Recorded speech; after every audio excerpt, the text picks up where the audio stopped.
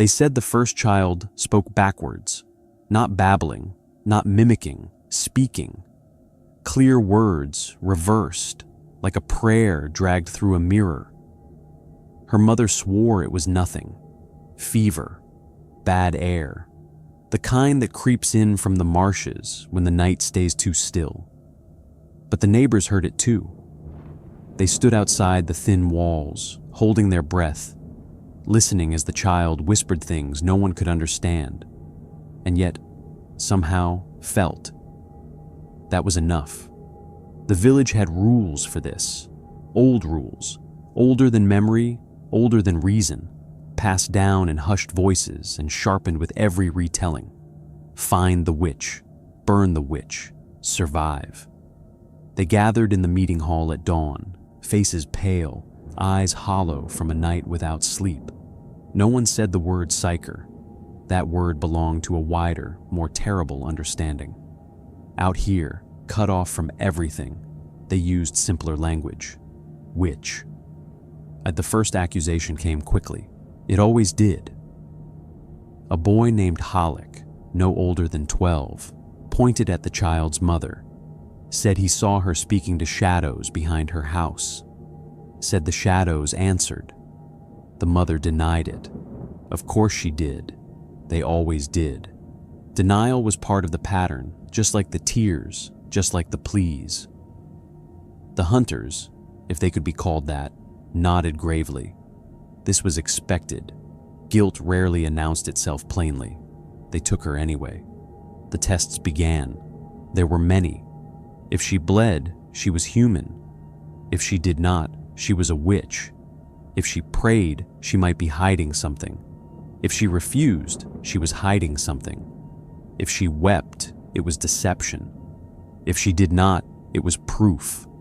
There was no path that led to innocence, only variations of guilt. By dusk, they had their answer. They always did. The pyre was built in the center of the village. It had been used before. The wood was stacked carefully, almost lovingly. Ritual mattered. Precision mattered. If you were going to destroy something that might be touched by the warp, you did it properly. The mother was tied to the post. She did not scream. Not at first. She looked at the crowd, at neighbors, friends, people who had shared her table, and tried to understand when they had stopped seeing her as human. No one met her eyes. Fire made that easier. The child stopped speaking backwards that night. For a while, the village rested. They told themselves it was over. The corruption had been found and cleansed. The danger had passed. That was the problem with fear. It never stayed satisfied. A week later, the animals began to die. Not all at once, not dramatically, quietly. A cow found stiff in the field, eyes open, chickens lying still, feathers undisturbed. No wounds, no struggle, just absence. Someone whispered that this was how it started. The rot spreading, the witch's curse lingering. They said maybe they hadn't gone far enough. This time, the accusation spread wider. Halleck pointed again, this time at the old man who lived near the edge of the village. Said he had seen him muttering to himself, counting things that weren't there. Others came forward. A woman who dreamed too vividly. A man who claimed he heard voices in the wind. A girl who knew things she shouldn't. Patterns emerged where none existed. Connections formed from nothing. Fear filled in the gaps. The hunters grew more confident, more certain, more wrong. The old man was dragged from his home. He did not resist. He simply asked them a question. What happens when you burn all the witches? No one answered. They did not like questions that pointed inward. The tests became harsher, faster, less careful. There was urgency now, a sense that something unseen was closing in. That hesitation itself might be the real danger. Better to act. Better to be wrong than to hesitate. Hesitation could be fatal. 3 pyres burned that night. The village smelled of smoke and something else beneath it, something metallic, something sour. Sleep became difficult. Dreams became worse. Halleck was the next to change. It was subtle at first. He stopped blinking as often, stared too long at nothing.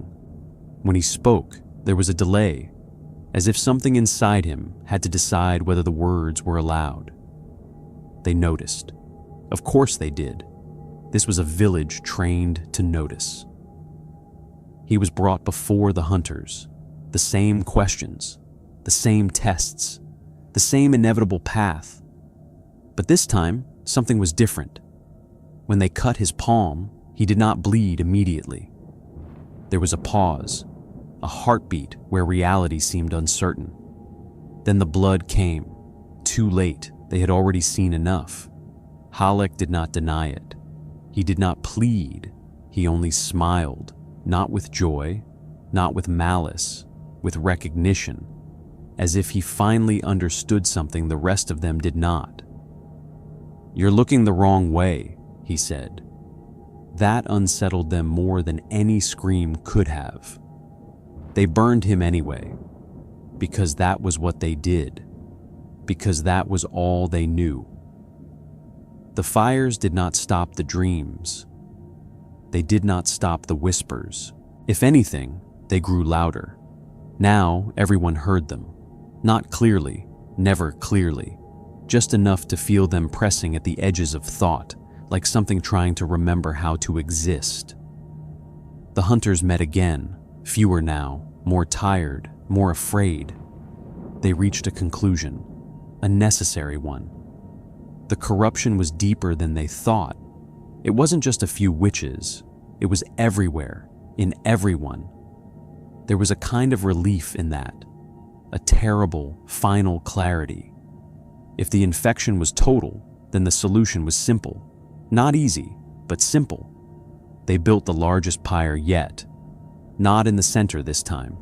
Everywhere, homes, fields, the meeting hall, anything that could burn. They worked in silence. There was no anger left, no righteous fury, only exhaustion. At dusk, they lit it. No trials, no accusations, no need. The village burned. People stood in the flames and did not run. Some prayed, some laughed, some said nothing at all. The whispers grew louder, then softer, then gone. By morning, there was nothing left. No witches, no hunters, no village, just ash. Far above, beyond the choking veil of storm-racked skies, something in the warp smiled.